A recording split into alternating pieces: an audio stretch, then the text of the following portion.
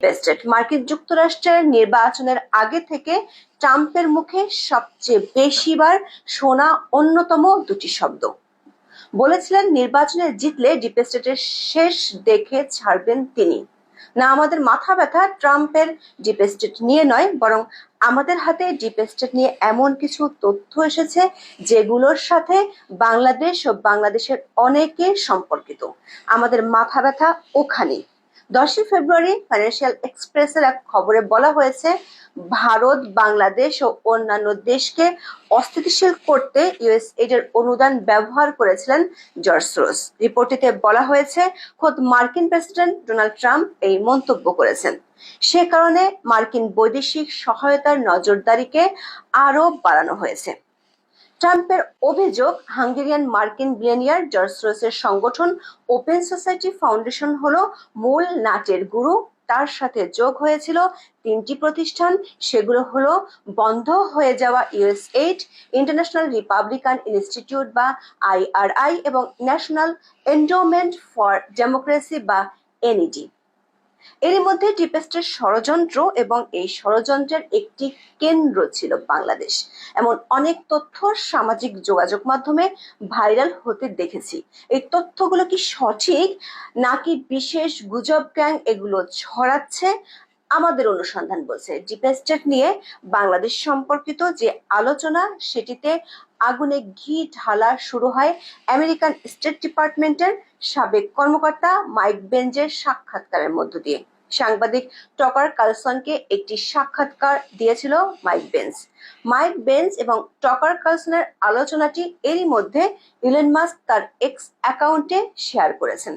Elon মাস্কের শেয়ারের পর থেকে মূলত এটি নিয়ে সামাজিক মাধ্যমে আলোচনা শুরু হয়। তারপর ডোনাল্ড ট্রাম্পও তার ট্রুথ সোশ্যাল হ্যান্ডেলে এটি শেয়ার করেছেন। এখন দেখি কি বলেছিলেন সেই সাক্ষাৎকারে মাইক বেঞ্জ। বাংলাদেশ প্রসঙ্গে মাইক বেঞ্জ যে কথাগুলো বলেছেন তার চুম্বক অংশ হলো, বাংলাদেশে আমেরিকান সামরিক ঘাঁটি তৈরি করতে চেয়েছিল বাইডেন প্রশাসন, কিন্তু সাবেক প্রধানমন্ত্রী শেখ হাসিনা আপত্তি করায় তাকে উৎখাতের পরিকল্পনা করা হয়। এজন্য দীর্ঘ পরিকল্পনার অংশ হিসেবে ইউএসএইড এর মাধ্যমে বেশ কিছু সাংবাদিক, সুশীল সমাজের প্রতিনিধি, ফেসবুকার, ইউটিউবার, র্যাপার এবং বিভিন্ন বিষয়ে আন্দোলন করা ব্যক্তিদের টার্গেট করা হয়। এই কাজে ইউএসএইড কে সহায়তা করেছিল IRI এবং NED।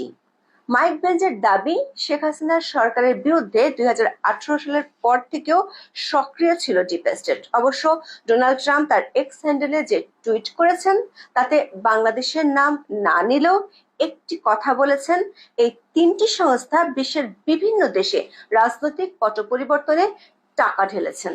মাইক বেঞ্জ যে অভিযোগগুলো করেছেন সেগুলো নতুন কিছু নয়। 2024 সালের 30 সেপ্টেম্বর অনুসন্ধানী সংবাদ মাধ্যম দ্য গ্রে জোনে একটি রিপোর্ট প্রকাশিত হয়েছিল। সেখানে IRI এর একটি গোপন রিপোর্ট উপস্থাপন করা হয়, যেখানে দেখা যাচ্ছে IRI ডিপ স্টেটের ষড়যন্ত্রের অংশ হিসেবে তৃণমূলে কাজ করেছে। সংগ্রহ করে 170 অ্যাক্টিভিস্টদের নাম, যারা IRI এর সাথে এক হয়ে রাজনৈতিক অস্থিতিশীলতা তৈরিতে কাজ করেছে। রিপোর্টটিতে বলা হয়েছে, 6 জন ব্যক্তি, একটি বিশ্ববিদ্যালয় ও 4টি সংগঠন স্থানীয়ভাবে IRI এর এই গোপন মিশনে কাজ করেছে। কিন্তু নিউজ অ্যানালাইসিস বা কাজিরুনাতে আমরা ডিপ স্টেট নিয়ে বিশ্লেষণ তুলে ধরেছিলাম গত 23 জানুয়ারি, যেখানে আমরা বলেছিলাম বাংলাদেশের 187 জন ডিপ স্টেট ষড়যন্ত্রের সাথে জড়িত বলে ডোনাল্ড ট্রাম্পের ট্রানজিশন টিম প্রাথমিক তদন্তে তথ্য পেয়েছে। ট্রাম্পের ট্রানজিশন টিম বাংলাদেশের যুক্তরাষ্ট্রের এম্বাসি সহ একাধিক সূত্র থেকে আমরা জানতে পেরেছি, গ্রে জোনের রিপোর্টের চেয়ে অনেক বেশি ভয়ঙ্কর তথ্য যুক্তরাষ্ট্রের পররাষ্ট্র দপ্তর বাংলাদেশের ডিপ স্টেট ষড়যন্ত্র সম্পর্কের কথা খুঁজে পেয়েছে। ট্রাম্পের টিমের প্রাথমিক লক্ষ্য ছিল 3টি। 1, কিভাবে ডিপ স্টেট বাংলাদেশে কাজ করেছে। 2, যুক্তরাষ্ট্রের কোন কোন প্রতিষ্ঠান জড়িত ছিল, এবং সবশেষ বাংলাদেশে স্থানীয়ভাবে কারা ডিপ স্টেটের মুখ্য কারিগর ছিলেন। বলা বাহুল্য, ট্রাম্পের টিমের সবচেয়ে বেশি টার্গেট ছিল জর্জ সোরস ও তার প্রতিষ্ঠান ওপেন সোসাইটি ফাউন্ডেশন কিভাবে এখানে কাজ করেছে।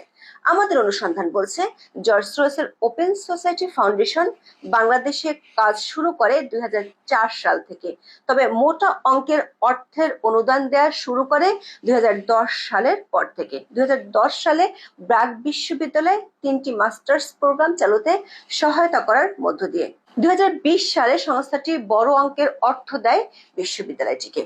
গ্রেজনের রিপোর্টেও এই বিশ্ববিদ্যালয়ের উল্লেখ আছে। এছাড়া সংস্থাটি চট্টগ্রামের এশিয়ান ইউনিভার্সিটি ফর উইমেনকেও অর্থায়ন করেছে। তবে সোরসের প্রতিষ্ঠানের সবচেয়ে বড় অর্থায়নটি রোহিঙ্গাদের জন্য। $10 মিলিয়ন অর্থ সাহায্যের পুরোটাই তারা খরচ করেছে এনজিও ব্র্যাকের মাধ্যমে। লক্ষণীয় বিষয় হলো জর্জ সোরসের ঘনিষ্ঠ বন্ধু বাংলাদেশের অন্তর্বর্তী সরকারের প্রধান উপদেষ্টা ডক্টর মোহাম্মদ ইউনূস। বিশেষ করে জর্জ সোরসের ছেলে ওপেন সোসাইটি ফাউন্ডেশনের chairman Alex Soros 29 December Bangladesh সফরে এসেছিলেন। মার্কিন দূতাবাসের একাধিক সূত্র নিশ্চিত করেছে অ্যালেক্স সোরসের ওই সফরের পর মার্কিন পররাষ্ট্রমন্ত্রী মার্কো রুবিওর দপ্তর থেকে বিষয়টি নিয়ে পূর্ণাঙ্গ রিপোর্ট দিতে বলা হয়েছে। এর আগে সরকার গঠনের পর অক্টোবরে নিউ ইয়র্ক সফরের সময় অ্যালেক্স সোরসের সঙ্গে বৈঠক করেন ডক্টর মোহাম্মদ ইউনূস।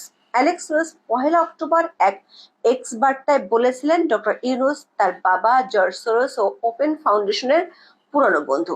দর্শক, অ্যালেক্সের এই বার্তা থেকে স্পষ্ট ডক্টর ইউনূসের সঙ্গে তাদের ঘনিষ্ঠতা দীর্ঘদিনের। আমাদের অনুসন্ধান বলছে গ্রামীণ ফোন লিমিটেডের 35% শেয়ার কেনার জন্য 1999 সালের ফেব্রুয়ারিতে ইউনূসকে ঋণ দিয়েছিল জর্জ সোরসের সোরস ইকোনমিক ডেভেলপমেন্ট ফান্ড এবং ওপেন সোসাইটি ইনস্টিটিউট। এছাড়া 2017 সালের জুনে যুক্তরাষ্ট্রের তখনকার পররাষ্ট্রমন্ত্রী রেক্স টিলারসনকে সিনেট কমিটির বিচার বিভাগীয় চেয়ারম্যান চার্লস গ্রাসলির লেখা একটি চিঠিতেও গ্রামীণ ব্যাংকের সঙ্গে জর্জ সোরসের ঘনিষ্ঠতার উল্লেখ রয়েছে। ট্রাম্পের টিমের দ্বিতীয় টার্গেট ইউএসএইড কিভাবে বাংলাদেশে গত 15 বছরে বরাদ্দকৃত অর্থ খরচ করেছে। সূত্রগুলো বলছে বন্ধ হয়ে যাওয়া ইউএসএইড তাদের বরাদ্দকৃত অর্থের একটি বিরাট অংশ বাংলাদেশে আইআরআই এবং এনইডির মাধ্যমে খরচ করত। ডক্টর ইউনূসের প্রতিষ্ঠান গ্রামীণ শক্তি ও গ্রামীণ ফাউন্ডেশনের পার্টনার ছিল ইউএসএইড। এমনকি দেশের বাইরে ডক্টর ইউনূসের প্রতিষ্ঠান গ্রামীণ ঘানাকেও অর্থায়ন করত ইউএসএইড। ট্রাম্পের ট্রানজিশন টিম বাংলাদেশে গত 2 বছরে ইউএসএইড এর সরাসরি উদ্যোগে ডিসইনফরমেশন, রাজনৈতিক সচেতনতা বাড়ানো সহ যেসব ট্রেনিং এবং ওয়ার্কশপ কর্মসূচি হয়েছে সেগুলোর আয়োজক এবং অতিথিদের তালিকা সংগ্রহ করেছে।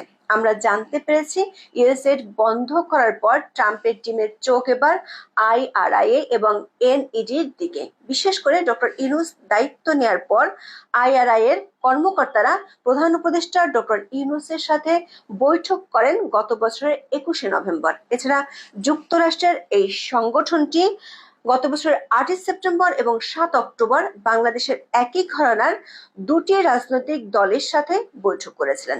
এই 3টি বৈঠকের পূর্ণাঙ্গ তথ্য মার্কিন দূতাবাসের কাছে জানতে চেয়েছিল ট্রাম্পের টিম। খবর হলো তথ্য পাওয়ার পর আইআরআই এর 2জন শীর্ষ কর্মকর্তাকে বরখাস্ত করা হয়েছে, যারা আগে বাংলাদেশে অর্থায়ন ও কাজের ব্যাপারে সিদ্ধান্ত নিত। একাধিক সূত্র বলছে ওপেন ফাউন্ডেশন, ইউএসএইড এবং আইআরআই এনজিও এবং বিশ্ববিদ্যালয়ের বাইরে আরেকটি মাধ্যমে কাজ করত, যা নিয়ে তদন্ত করছে ট্রাম্পের টিম। সেটি হলো অনুসন্ধানী সাংবাদিকতা project, organised crime and corruption reporting project OCCRP কে যেভাবে ফান্ডিং করেছে ঠিক একইভাবে বাংলাদেশেও কিছু প্রজেক্টে আর্থিক সহায়তা দিয়েছিল এই 3টি সংগঠন। আমাদের সূত্রগুলো বলছে এই 3টি সংগঠনের তৎপরতা নিয়ে 137 পৃষ্ঠার একটি রিপোর্ট ট্রাম্পের টেবিলে জমা পড়েছে এরই মধ্যে। সেখানে বিশেষভাবে দেখানো হয়েছে জর্জ সোরসের বন্ধু হিসেবে বাংলাদেশে কারা কাজ করছে। অন্য দেশগুলোর থেকেও একই ধরনের রিপোর্ট জমা পড়েছে। তবে বাংলাদেশেও ভারতে সোরসের প্রতিষ্ঠান এবং তাদের সহযোগীদের ভূমিকা নিয়ে আলোচনা হবে 13 ফেব্রুয়ারি ট্রাম্প মোদি বৈঠকে। বাংলাদেশের অন্তর্বর্তী সরকারের অনেকের সঙ্গে যুক্তরাষ্ট্রের সাবেক বাইডেন প্রশাসনের ডিপ স্টেটের ঘনিষ্ঠতা নিয়ে আলোচনা হতে পারে। ডিপ স্টেটের চেয়ে ট্রাম্প ও তার টিমের কাছে বেশি গুরুত্বপূর্ণ হলো সরোস ও তার বন্ধুদের থামানো।